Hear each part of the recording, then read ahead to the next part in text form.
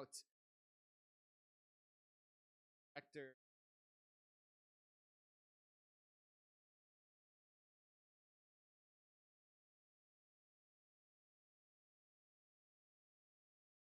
reading from the ever. And we're also here to celebrate Jen Wesley, upcoming.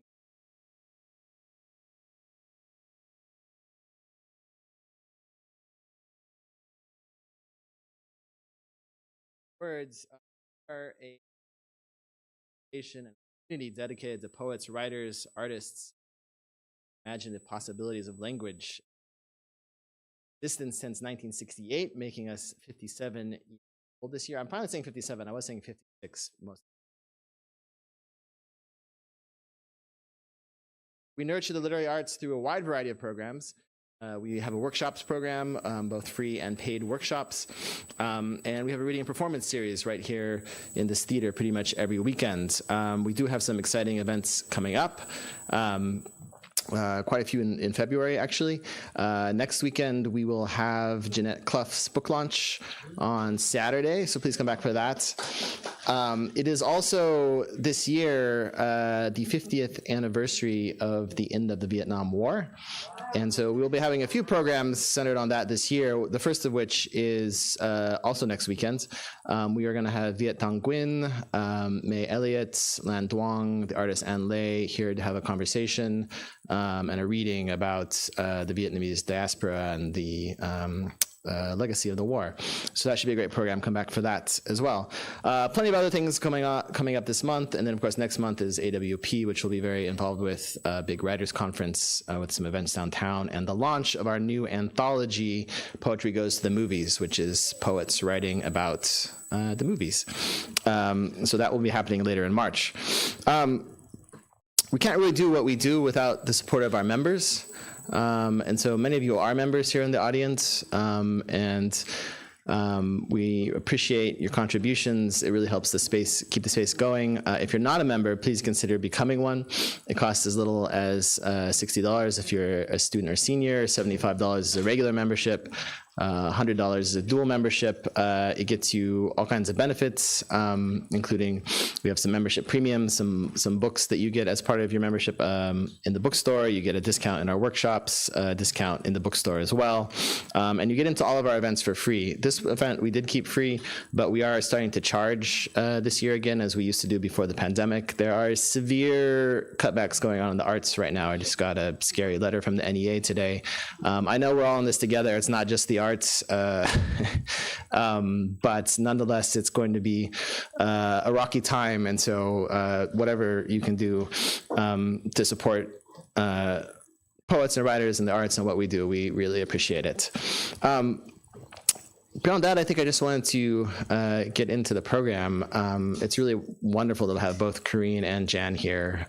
They've both been very important parts of our community for a long time. We've actually published a book of Carine's, and Jan has, been involved as a workshop facilitator, as a member, as a reader, and I think we published you as well in the past, individual poems. Yeah. So this is just really a really wonderful evening. We're going to start with Jan, who is Jan Wesley is the author of Only So Much, Living in Freefall, and a couple of published chapbooks. Her poems have been in Askew, Blue Mountain Review, the Iowa Review, Rattle, Spillway, Beyond Words, and two anthologies titled Angle of Reflection and newly published Shared Condition. She worked in post-production in the film business for many years.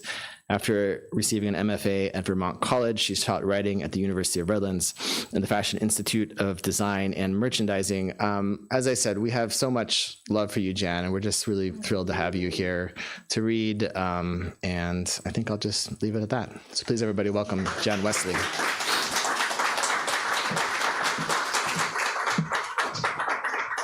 My love for you is unending. Okay, welcome everybody. Thanks for coming out in what could have been a big old storm, but hope everybody's okay with all the minor disasters, major disasters. I want to thank Carine. This is such an honor to be reading with her. And I want to thank Beyond Baroque beyond words. So thank you. Best literary arts center probably in the whole country, so certainly in LA. So I'm just going to start and go and try to have some fun. All right. What we mean about the love of a life. I am allergic to cat hair and coconut. When we broke up, he sent me a tuft of orange cat fur and a coconut box label taped to a piece of cardboard jammed into an envelope. It was brilliant. It was art. The last time I saw him, years had gone by, and I walked up behind him where he perused a shelf of CDs, his spine lengthened by taut muscles inside a cotton blend sky blue shirt, and I still knew the sway of his torso, slight rise in the left shoulder, and I don't remember, but probably gave a good sigh to his ass, corduroy pants tight around his legs that always had a savvy instinct to run. When he broke up with me, or me unable to give up my pending lifestyle I didn't imagine I would regret, there was a sense that love would never be the same. The day we met, he leaned back in his chair on its two rear legs and looked at me walking up to him, not giving a shit whether I was stylish or distracted or young, or whether he was interested, available, or kind. We had been set up for what most people would imagine was a date, but for us, it was all about changing the system. His eyes studied the world and its roaming clans through thick glasses with one stem taped to the frame.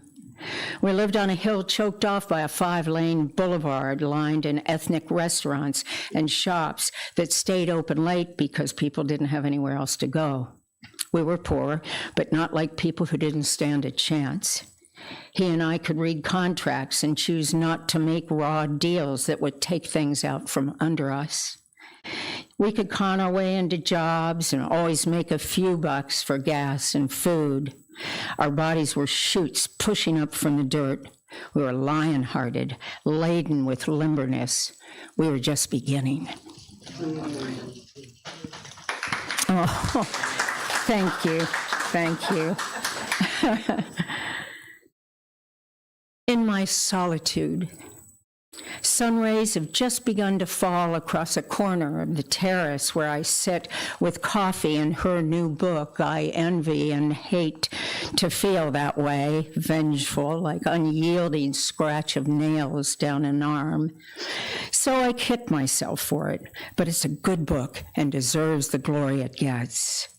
I lean against the railing 7 floors above a park along a side street where vertigo inspires restraint, and I back off from tipping into space toward the ground, fatality unforgiving. It seems to be sunset, the heat of August winding down in this holy time of the fight to do what the body wants instead of what the body gives into. There's a field of green grass in the park that stays open to people without homes, and nurturing trees have shade, bodies slow across the grass, searching to resettle themselves under different trees as the light moves across the sky.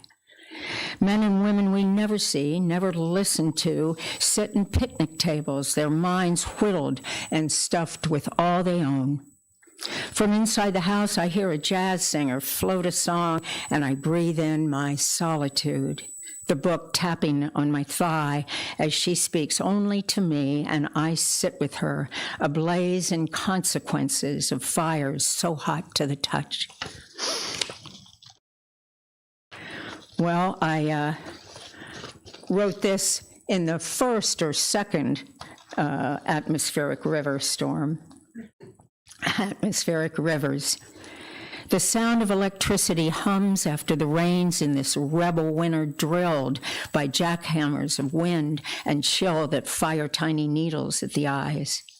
Avalanches of water change into snow on distant peaks to make a glistening horizon, and a blimp, airship of quiet cruise as it glides over celebrations of the new year.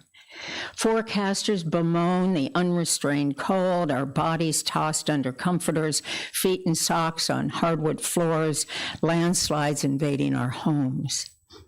I make a breakfast with pastries on the side to soothe surprise and dread, the walls of windows peeking onto a hawk enviable in its flight, days of downpour filling up empty riverbeds.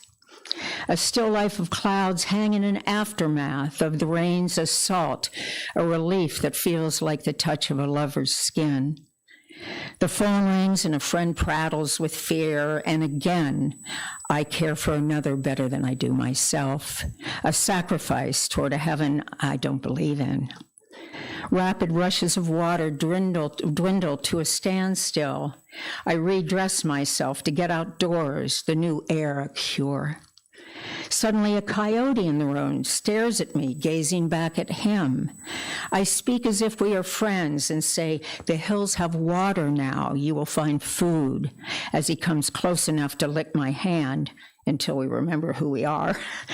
I assure him I will plant vegetables and peonies for the spring, but really what I'll do is exhale over the earth to imagine what lies hidden under the skin of a field that isn't meant to be a field.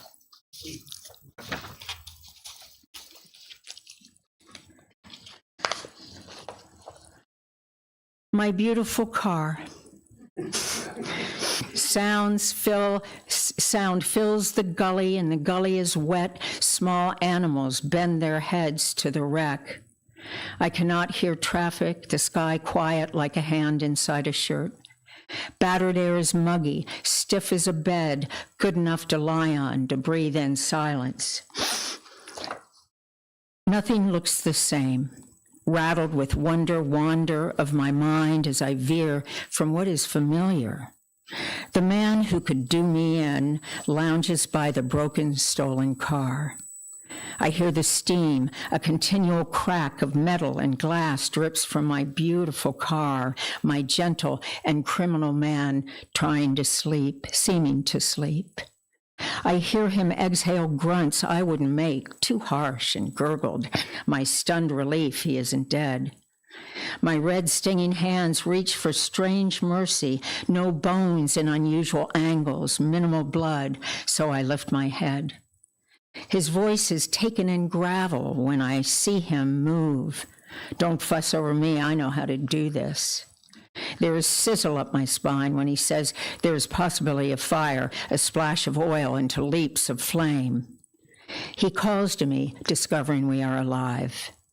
Before noon, I recall the words, "Let's drive up into the canyon." The grass is still green, our bodies useless, but I do get up, brush off the grime. We roll onto one side, then push to a crawl. I'm not sure I can follow him as a big shift can harm love. The hillside still trembles, and birds call out in harmony with sirens, that stink of defeat and gasoline.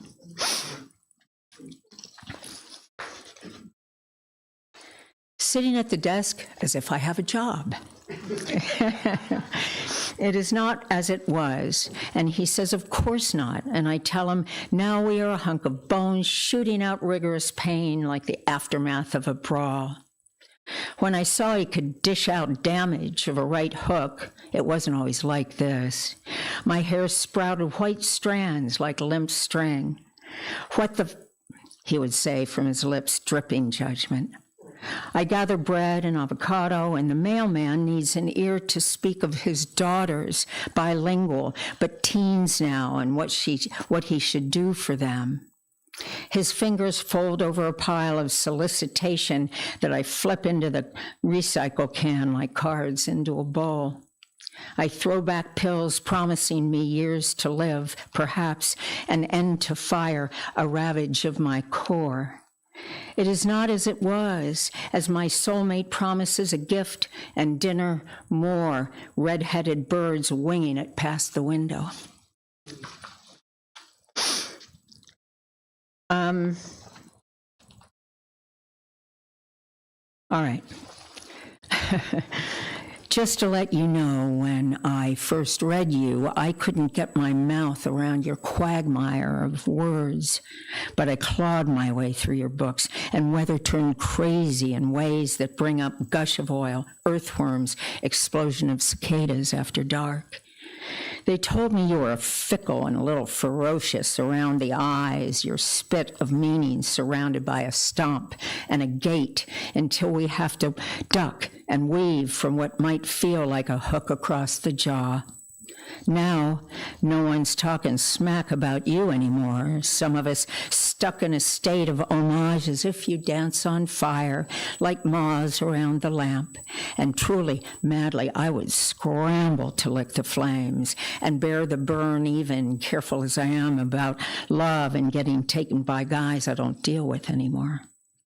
I used to think if you met a bad end, I'd be graveside, sunlight sucked through the trees and people wondering why I'd shown up to see you bundled into your last darkness, and when we might have marked some covert time, like a couple of prisoners smoking and parsing each other to know one another.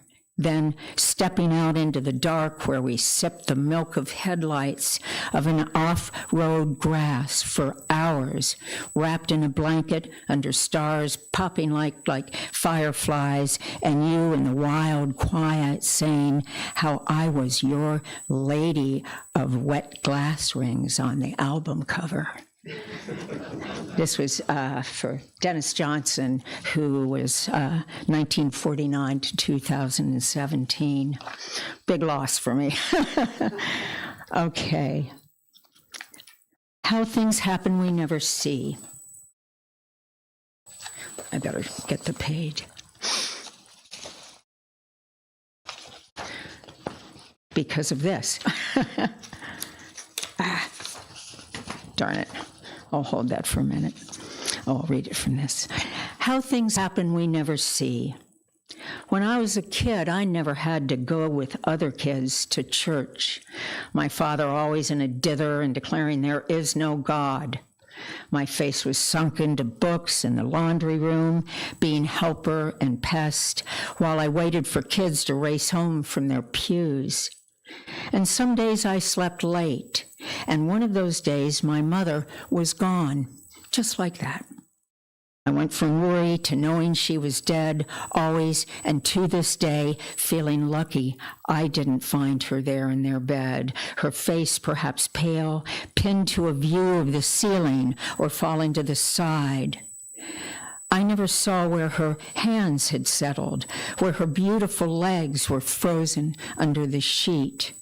I hadn't grown enough imagination to see how my father approached her, what startled sounds came out of his mouth, how he bent to her, and if he knew right away, or if he tried to wake her, or if he held her or took her hand, or if the sun slithered through the backyard window into the room. Perhaps inertia woke him. As he slept beside her on that Sunday, I got up late, ignoring my chores and giving up patience to wait for the boys. A haze like the blanch of my skin crept through summer, autumn, the years. On this day of rest, I leave the bed as the living plants show off red blooms, and the cat lifts his head, arching, knowing if I sedated my vigilance, we could sleep until noon. Okay. Losing Roe. I imagine he might lift his hand in a wave against the evening light, a gesture I never saw him do since I never saw him in flesh and bone after he had barely begun to grow in me, undeveloped, unstirred, until he was a full human with a future ahead of him like a huge golden sky. He will never know I let go when I was too much like my mother, who had just left the earth, and me lacking sense and a third eye to comprehend what a parent needs to give. I was deadly afraid how a son might perish, as if I could drop him from my hands or fail to find food, a place to bring him up, alert or good or bad or saved. I speak to him and say he would be a man in middle age now, maybe pissed at me, or bringing flowers the way notes might have arrived in his hand from school to say, yes, he's a good boy, just a small slight incident to discuss, and yet only I would know he was living inside himself with mute grief. I take a walk among the trees, perhaps a nod to how my son would have grown like a reed reaching out of a pond, and I walk further into the city with throngs in the streets shouting for control of their own bodies. I walk with these women one step and another, pitching our voices to say straight up that sometimes a woman is unable to do everything when she knows she can't. Okay. Envy. Excuse me. Envy. There are splits along the coastline. A couple walking past the waves with lifetimes of evolution scrolling between them, their eyes tracking the dented cove where dogs mangle snakes of seaweed. Quivering snouts drag a slab of driftwood between the cliffs, its soil withering and erosion at alarming rates. The woman's hair falls onto the man's shoulder, the couple nuzzled for warmth. I watch them speak without bicker, words uttered from one mouth that recognizes the other. The couple walks the wood stairs to the road where stretches of cars wait along the deadly Pacific Coast Highway. She chatters in his ear, and I hear anguish in my lover's ambush this morning of desire to change our course that no longer recenters itself. We have surrendered to the damage running between us, those echoes that people who love do not become silent. And yes, it's true, I have. I follow the couple along the shoreline, stones broken underfoot while the couple flicks sand from the other's flesh, fogged in feverish breath as they disappear into it. This is from the book Only So Much. Inner ear. Epigraph is, I saw the whole piece immediately before my eyes and only needed to write it down as though it were being dictated to me. Gustav Mahler, referring to his Symphony No. 8. My father made me listen to Mahler. I was 10, and he was eternally in love with classical composers, especially the ones who wrote as if every concerto or symphony would be their last, might even save the world. An uncle in the Navy, electronics wizard, married to my mother's sister and always silent about what he did, built my father a mono record player and speakers that today could blast hip-hop and Led Zeppelin like the best equipment designed to whirl us through space. When Mother was out of the house shopping, perhaps finding liquor or selling her cameras to buy it, surreptitiously and with grief in her heart, my father would put on jazz or Mahler and crank up the volume until the whole neighborhood resounded like a concert hall. I loved how different he was from all the other parents, Eisenhower voters and war boosters, even in the Vietnam War when 3,000 Pennsylvania boys died with ears ringing from howitzer fire and grenades. On occasion, my father would play Rachmaninoff for Herculean complexity and speed, remembrance of visceral passages of Concerto No. 2, when his own father took him to hear Rachmaninoff play Rachmaninoff at Carnegie Hall. And sometimes I wish I'd been with my father before I was born, for the music, for Ella, Art Tatum, Gillespie, and Monk. Tonight, I sit in a seat so high above the music center stage, I'm afraid I could pitch over the railing, but I don't. Instead, both movements of Mahler's Eighth Symphony overwhelm my body with 200 voices, concentric layers of strings, timpani, tubas, and horns, crescendos so grand I boil over with what magnitude can do, with what we can do when we are guided by another person's hand, when we listen and surrender, when we love this life enough. Thank you very much.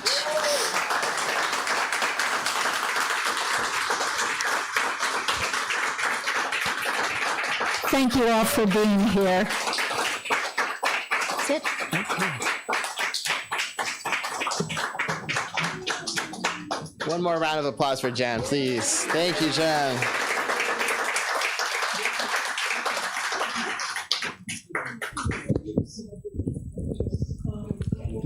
Though we don't have, it was always like this for sale. It wasn't always like this for sale yet. It's not out. We do have Jan's other books for sale in the bookstore, as well as Carine's new book. Please do pick some up after the reading. I'm sure they would be happy to sign them. Now it's my pleasure to introduce Carine Topal, who was born and raised in New York City, holds an MA from New York University. She's been awarded residencies in the US and Russia, is the recipient of numerous poetry awards and honors, including the Robert G. Cohn Prose Poetry Award, the Briar Cliff Poetry Award, Red Wheelbarrow Poetry Prize, and others. Her chapbook, Tattooed, won the Pellets and Quills Poetry Chapbook Contest. Over the years, Carine has anthologized the poetry of many special needs children. She participated in the grassroots organization California Poets in the Schools, was the poet in residence for the city of Manhattan Beach, and poet in education for Manhattan Beach elementary schools. Topal's fifth collection, In Order of Disappearance, was published by the Pacific Coast Poetry Series, an imprint of Beyond Baroque Books. Her new book, Dear Blood, was just published by Ben Yehuda Press, the editor of whom is also here tonight. Carine lives in Southern California with her husband in the desert and by the sea, and teaches poetry and memoir workshops. Congratulations on the new book, Carine. Please give us a reading. Thank you.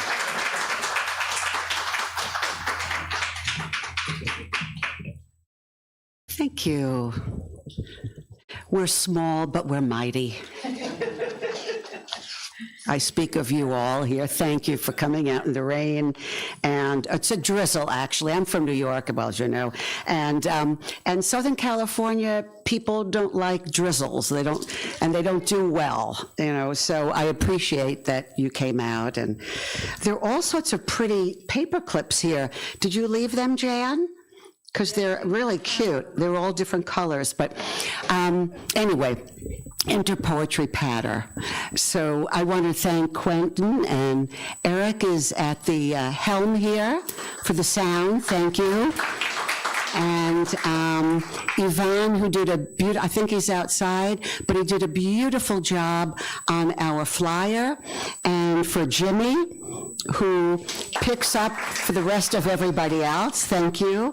And, you know, this is an iconic literary building, and I think ever since Quentin and his group and Jimmy and so forth have been here, it's really thrived, and so many great workshops, free offerings have been here for Southern California people, and I think it behooves us to support them in some way. So by supporting them, you're supporting the artists of Southern California, and you know, times are tough. They always have been, and they're going to get a little tougher, but it's a bumpy ride, so we're going to buckle up, and we're going to support the causes that are needy. I wanted to say thank you to Jan for that beautiful whiskey voice, which is so unique, and you just open up our hearts. You're buoyant, you surprise us, and that last piece was absolutely magnificent. You know, what are those big cymbal things called? Not timbali? Are they timbali? The big, well, that's what I felt at the end. It was just wonderful, so thank you. So my new collection, I'll say this, unwittingly for the past many years, I've been urged and driven to write about my ancestors, cheered on by them, they who rested at my back for so many years, who supported me, who sobbed along with me, and reminded me why I am a witness and must tell their stories. And what I found through this writing is that it turned out to be mostly political work, and that surprised me. I never thought of myself as a political writer. And of course, poetry is a political act, but I truly understood after this book and my previous, I think, 2 other books, Tattooed and In Order of Disappearance, that my own discoveries made me understand that this is political. Descendancy and ancestry, culture, biology, all becomes political. So I'm very grateful for that. Dear Blood is about those who initiated a line of descent for me, both biological, social, and cultural. And it's helped me to thrive by building emotional resilience and disquieting, not getting rid of, but disquieting the cycles of generational trauma, which I'm sure many of you in the audience are familiar with. So as much as generational trauma can be very difficult condition to live in, it's great material and has served me well, and so I honor my ancestors really for being in this situation, in this condition, as it were. So the first poem I'm going to read is called Ancient Fall.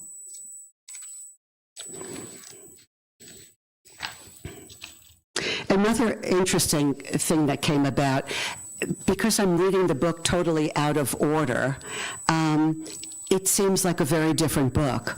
I'm not including all the poems in here, but it just feels like a second book from the one that I wrote. Anyway, Ancient Fall. In the beginning, hectares of weedy field between thick woods, the forests, the falls by a long lake, stained blue. What did I know of the menace and flaw that would sweep through this earliest garden? How could I have shouldered up to the bark of a tree, taken fruit from a limb I could not reach on my own? Day was breaking, the world was hungry, and I knew that I'd be doubted, unforgiven, taking from the tree that shaped desire, the tree that put an end to my wanting.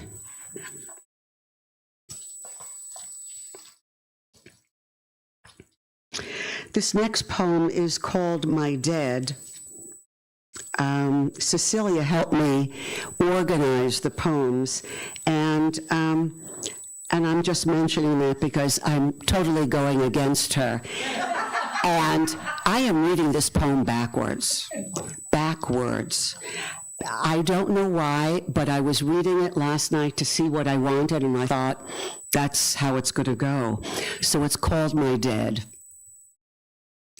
In the slow hereafter, lingering and bound, my beloveds, my dead, my disfigured, I who was once so young, who put me in charge of the joy, my dead, who forget how to wonder, lingering in the slow hereafter, behind me, my dead are always.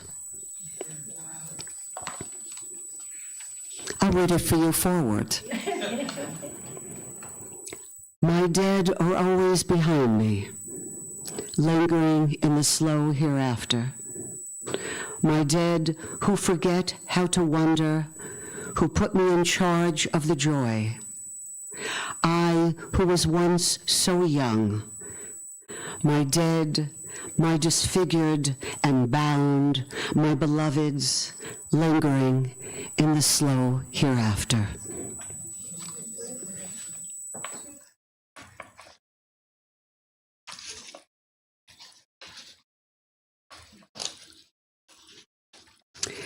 Black Seaport, 1941. I waved as if I knew them, though I didn't.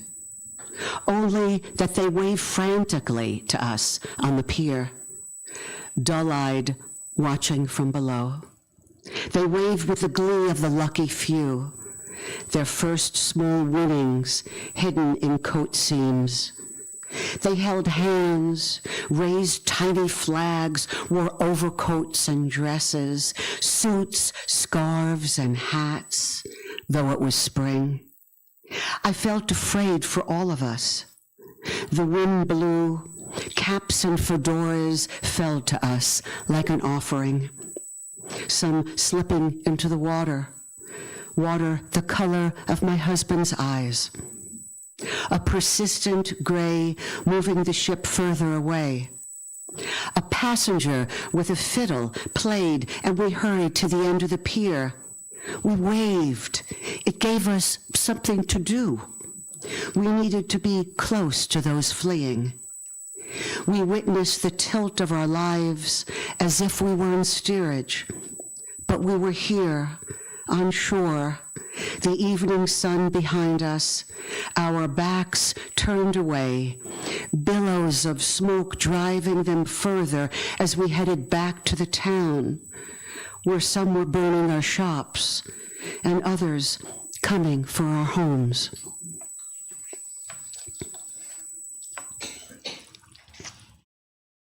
This next poem is about and for my father, who was a very complicated man. He was an enigma, but difficult, but I adored him. And he was an atheist, but he had strong cultural ties to Judaism, and he loved cantorial music, but he was opposed to anything ritual in the Jewish religion, shivas or bar mitzvahs or anything that was showy. And he insisted, however, on a pine box when he passed and even paid for it, which was a Jewish tradition. Anyway, Shiva, for those who are not of the tribe, is the 7-day mourning period where mirrors are covered, hard little seats are offered for the people who are grieving, and people come with Tupperwares full of food to distract you from grieving, although it's a mere bite away, the sadness. So my father, who refused to sit Shiva, not shit Shiva, but sit Shiva, we misunderstood our luck growing up in that house. Third from the corner where the forsythia bloomed as though to mock us. And my brothers hurried down the street with a handful of bees in a jar. For father, who had 1,000 demands, who did not easily love, but was loved, who put the boys in their place with a razor tongue, afraid to let go of them, yet keeping a distance, who lacked the know-how to father, who struggled, feeling diminished in their world as they grew, who held in his pocket the several sorrows of the world when the boys got older, and first one, then the other died. My father, who refused to hold Shiva, though he sat fixed for a week beneath the shrouded mirror. Friends came anyway, pressing against us like broken stalks under an impossible weight. Some hugging casseroles, others with bouquets, surrendering the bare-throated flowers. A continuous loop of murmured comforts, feeding the machine of our grief. So many things disappear in the world. Lilacs, even the bending light leaves, though the windows linger. unaccounted for the long numbered streets, a river that once flanked our city. And Father, overwhelmed and immovable, withdrew, watched as those who could leave left the wreckage of our home.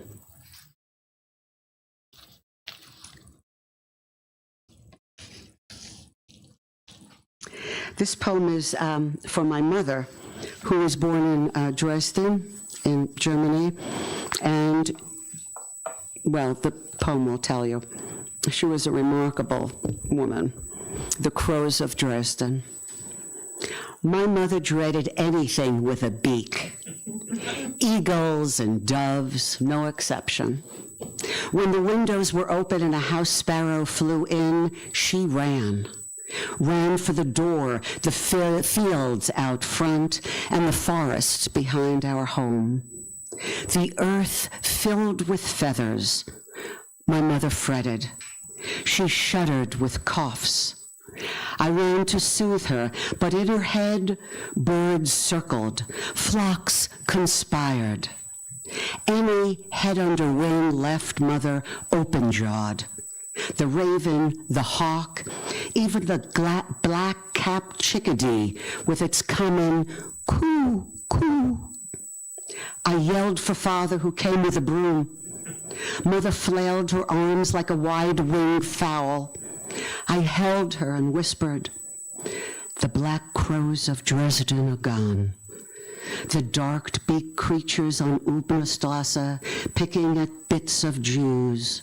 The men in long coats and black boots marching on a street you once knew of as home. All gone."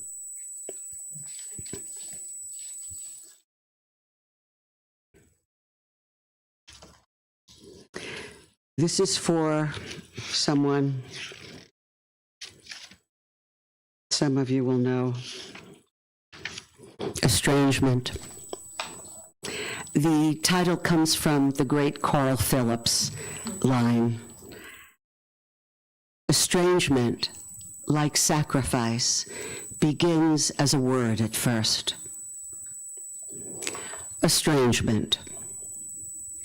To break up or breach, as in the valediction of the boy, as in you be my Rubicon. Birthright, a false sense of security, the foolish logic of well-being. Loss, low levels of albumin cause the heart to fail. Had he a heart, it was breached from birth. Comes from words meaning failure to love. Shoplifting, a handy crime, a fetal larceny, a slur. Fleecing, a babe in the woods breaks in on its own lifeblood. The soul is deaf to its own demise, as in could talk but won't, no parcel of legacy, no vestige of ancestry. Well, also known as justly, deeply, a source, a fountainhead, a nod to the mine shaft or the verb to gush, as in the flow of blood or love, but none.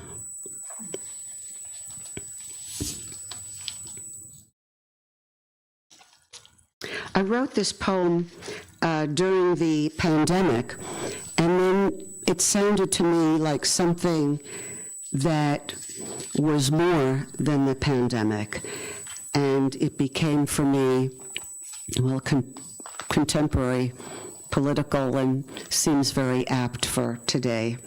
It's called This Season. This the year of empty boulevards, the sun dumbly shining, of gloved hands and masked mouths. The open stream closed for the season. Green parks yellow-taped, throbbing in desert sun. Invisible along the selvage of our common cloaks, along the footpaths affixing themselves to the body of the world. This season, we keep children close, far from the objects within objects, none of them human. Season of shortage and panic buying, farmers dumping milk and plowing down crops, contagion, demon bred, invisible, wedged. What are the body's limits when bane and burden strengthen as they shadow us, hanging on for hours or days until we ask, is it safe? How do we tend to the system of things? Where is our bounty of seeds and salt? How do we stay kind and clean, separate that which is good from the rest? Do we wait to be summoned? And if so, for how long? How long this vestigial stain, our angling for the washing of hands? The washing of hands, the wash, then the burning away of everything else. Amen.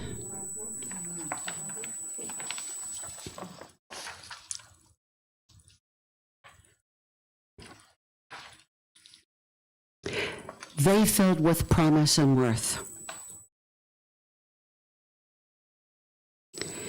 Is an epigraph by H.D. Hilda Doolittle. Invisible, indivisible spirit, how is it you come so near? Maker of the tender lamb, of the nuns you marry in the courthouse of heaven, your young brides sing your song of our nation in the halls of justice. Author of Schubert and the deep song of Gongora, creator of Ruth and the widows, hear us. Architect of landscapes, how do you sleep in skies swollen with our desperate faith?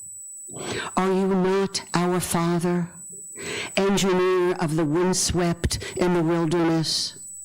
Lord of the tall men in winter coats setting fires, starting ovens, a record written on their bodies of the gathering migrants who lead into these fields where the swaddled, small as husks of corn, burn. Consider the things which dim and die in your grace. Gravity fleshing out those who linger too long in the dark garden of our mausoleums. What of the men and the boys who scale walls and jump when the fog lifts? Carry them back, the jittery, the faint, the fray-hemmed, and the flat-eyed. Lift them from hunger. Those who desire kingdom come, those who gather their skirts to cross the river, who forgive, who give birth while rising waters warn them, a sharp rock in their hands, dogs barking in the birdless blood-red sky. For almost any animal dead-ended at the sea or walled off at a crossing between lands, any animal who bleeds out, their dark poured into the very light you made.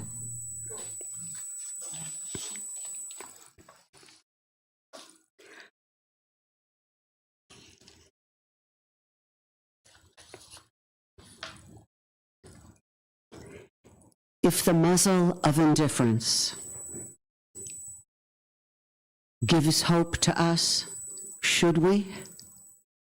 If we hurry, if we mop up the mess of kitchen and country, we could emigrate and fresh off the boat of our ignorance be refugees with arms open to receive and receive open-armed. Remember the scene near the sea? Tear gas, a diaper child held by the mother like a bundle as she ran toward the water. That could be us if our first breath breathed were labored and we were hollow-bowed poor. If the game of government saved your faraway child from slow drowning, would you surrender? Would you save her as water rushed into your open mouth? How many in a boat of refugees, and to whom do they belong?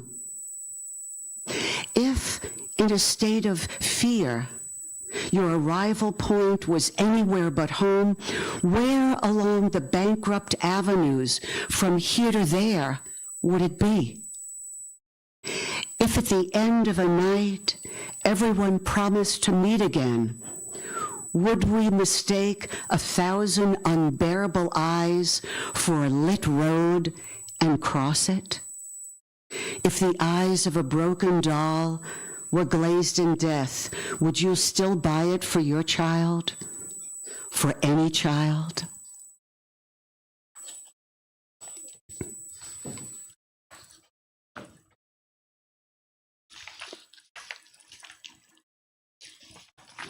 This poem is for my father.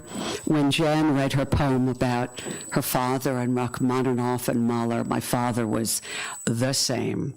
He had he was also deaf, but he was able, which we never could figure out how he would turn the music on, and he would just, I think it was all the vibrations from the floor. I mean, he was deaf, but he would turn that music on, and he'd watch that record player move on that vinyl, and he would listen to Schubert and anything, that had a pulse. And Larry Adler, this Jewish harmonica player who's probably nobody has heard of, the great harmonica player, actually. And so I was also wrapped up and urged to listen to this music, and very grateful for that.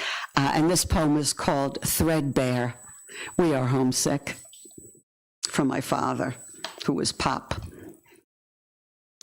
After the war, the world is small again. Enough has survived to start a country. For miles, as far as the eye takes you, towns hardly alive tilt on the sand. Stopped trains wait for something to move them. The air is thick with worry.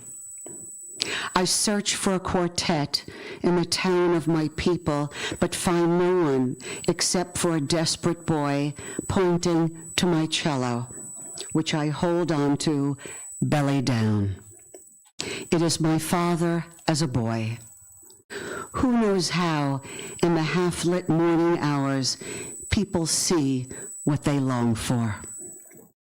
In this shadow world, there is no father, just the slight weight of his memory, the almost human moan of my cello, the ghostly groan seeking 4 chairs for a chamber, a night song to hold me alone in this new republic.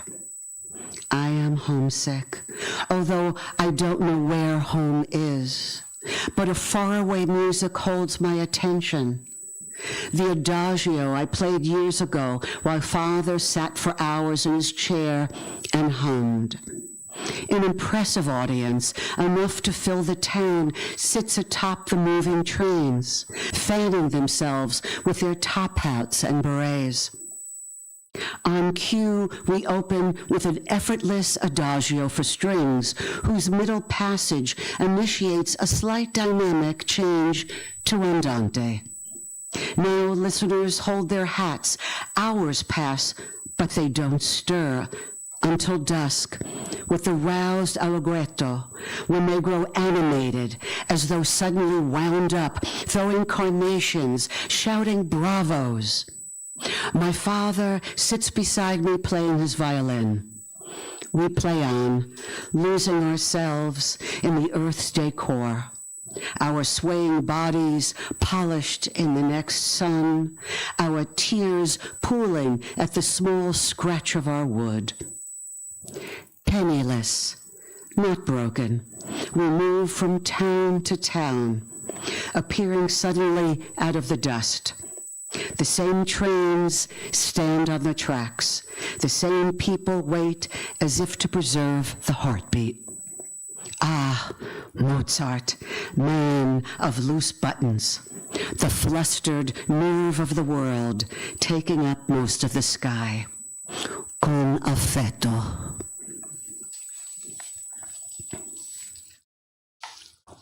And the last poem is a very small invocation for all of us, for those who were victims of the fires, those who survived, those who lost.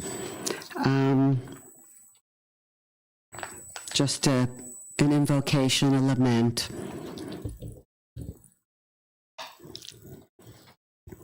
Unveil the lost among us. Feed us as you have in the good years. In the dark rift of this worried world, bring to us the last of the olive trees. In the workroom of night, lift up your satin sleeve.